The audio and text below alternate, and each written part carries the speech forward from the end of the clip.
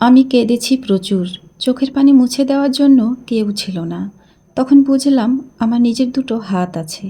আমি কাঁদার জন্য একটা কাঁধ চেয়েছিলাম। তারপর বুঝলাম আমার মাথা নিচু করার জন্য একটা মাটি আছে। আমি ভেবেছিলাম আমি সব কিছু হারিয়ে ফেলেছি, কিন্তু সিজদাতে আমি আল্লাহকে পেয়েছি। আসসালামু আলাইকুম আমার প্রাণপ্রিয় আপু ভাইয়েরা, সবাই কেমন আছেন? আশা করি আল্লাহর মতো ভালো আছেন, সুস্থ আছেন। আমি অনন্যা, রাজশাহী থেকে। এই যে দেখছেন, সকাল সকালে অনেক আয়োজন নিয়ে বসে গেছি। বাড়িরই মুরগি, আমার প্রাণপ্রিয় আপু ভাইয়েরা আপনারা সবাই জানেন, আমার বাড়ির মুরগি আজকে জবাই করেছি। আর এই মুরগির মাংসগুলো প্রায় 4 কেজি হয়ে গেছে। আর এত বড় একটা বিশাল মুরগি একা একা নিজ হাতে মানে পরিষ্কার পরিচ্ছন্ন করে কেটে ঠিকঠাক করে রাখা কত যে সময়ের ব্যাপার। তারপরও আবার ওর আব্বু বাজার থেকে অনেকগুলো মাছ এনেছে। এই মাছ মাংস এগুলো ঠিকঠাক করে রেখে দিতে আমার প্রায় পুরো সকালটাই শেষ। একবারে দুপুর হয়ে গিয়েছে, আর ওই সময় আমি রান্নাঘরে এসেছি রান্না করতে। তবে হ্যাঁ, এ ফাঁকে আজকে একটু সকালে ভাত ছিল, কালকের ভাত, কালকের তরকারি, সেগুলি কিন্তু একটু খেয়ে নিলাম।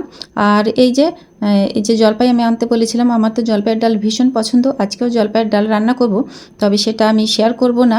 আর এই যে সিম এনেছে, যদি এই সিমগুলো খেতে একদমই ভালো লাগে না। বাজারে গিয়েছিল, সিম দেখেছে, সিম নিয়ে এসছে। আমার গাছের বেগুন আর এই কিনা সিম দিয়ে আমি আজকে মাছ রান্না করব। ওরা যেহেতু মাছ ভীষণ প্রিয়, আর জুবাইরের জন্য একটু মাংস রান্না করে দিব, তাহলেই হয়ে যাবে। আর আমাদের গাছেরই কিন্তু কাঁচামরিচ, ওগুলো একটু উঠিয়ে ওর আব্বুই এনে রেখেছে। তো যাই হোক, রান্নাবান্না আসলে শুরু করে দিয়েছি। তো আমার প্রাণপ্রিয় আপু ভাইয়েরা, প্লিজ লাইক দিয়ে ভিডিওটা দেখবেন, আর আমাকে অবশ্যই ফুল আছে দিবেন, কারণ ইদানিং আমি খুবই ছোট্ট ভিডিও আপলোড দিই। এই ছোট্ট একটা ভিডিও দেখতে খুব বেশি একটা সময় লাগার কথা না। তো যাই হোক, শত ব্যস্ততার মাঝেও আমরা যদি সবাইকে একটু করে সময় দিই, তাহলে ইনশাল্লাহ সবারই আসলে উপকার হয়। তো যাই হোক, যদি ভালো লেগে থাকে তাহলে দেখবেন, ভালো না লাগলে দেখার মোটেও দরকার নেই। সান্ত্বনা আমি চাই না, যেটা সত্য সেটাই সবসময় আমি সবাইকে দিই, এবং আমাকেও দেওয়ার চেষ্টা করবেন সেটাই। এত ব্যস্ততার মাঝেও সবাইকে আমি যতটুকু পারছি সময় দিচ্ছি। আলহামদুলিল্লাহ, এভাবেই সময় দিতে থাকবো।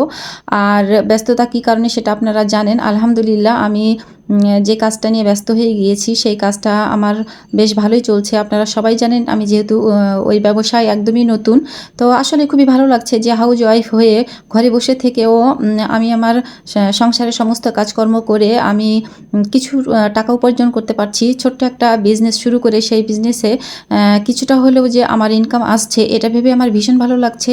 আর আমরা কিন্তু সবাই আসলে এভাবে গৃহিণীরা ঘরে বসে থেকেই কিছু না কিছু করতে পারি। বিশেষ করে আমরা যারা গ্রামে থাকি, তাদের যে ব্যবসায় করতে হবে তার কোনো মানে নেই। আমার কিন্তু প্রচুর মুরগি ছিল এক সময়, আমি কিন্তু তখন সেই মুরগিগুলো থেকেও বেশ ভালো টাকাই জমাতে পারতাম।